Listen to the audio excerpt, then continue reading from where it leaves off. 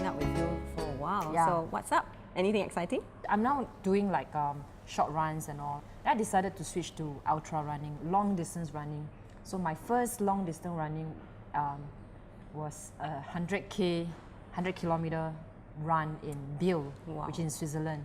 I came in fourth. Wow. Which is my first. So then after that, I just decided, okay, enough of Ironman. Ironman took too much of a time, so I decided to switch to ultra running. So I've done a lot of long races. So I just don't understand. Sometimes, in between the run, the long races, I do get cramps. But then I don't know, somehow miraculously, the cramp goes off. Okay. I don't understand why. But at the end of the race, sometimes I do get cramps. You being the expert, can you tell us? It's very common for athletes to actually develop cramps, but it depending on what type of runs that they do. So it's the lactic acid that builds up, which causes the cramp and the soreness. So what happens is that for people who do short runs like sprinter, right, they generate energy by another method whereby it generates a lot of acidity in their muscle. So because of this, the body is not enough or not having enough time to clear away the acid, so the cramps will happen more often. That means your muscle is actually running out or depleted in electrolytes. So something like sodium, calcium, potassium, and especially magnesium. How do I prevent this thing from happening, my cramps and all? Because in a race, I do not want to have cramps, right? Cramps will, ruin your whole entire race. So you have to have a lot of rest.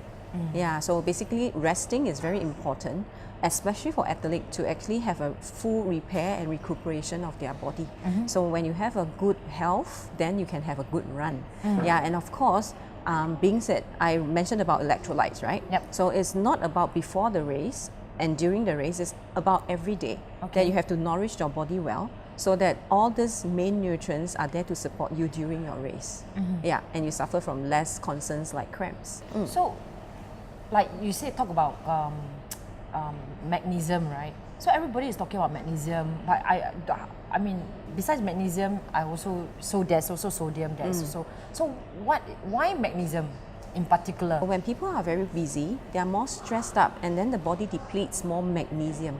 Yeah, so it seems that magnesium is more, like in need and in requirement. Yeah, so that's why I especially mentioned about these nutrients. So what you can do is like maybe before or in between the races, you can actually have, like green juices, which is high in electrolytes, which is in a very bioavailable form. The body can absorb them very well, and you can just add maybe just extra magnesium, just in case, like you're afraid that the cramps might develop. Yeah, you can sip them along the way. Okay. Yeah, and this is one way that you can also prevent from having cramps. So do I take multivibes? There's also like, multivitamins. There's also like individual vitamins. So as an athlete, what do I take? Okay. How much is good enough? And also like, is there a difference like, a normal person and sedentary person that they don't exercise? Do they take more or do they take less, or Yeah, so it depends on your diet and your lifestyle.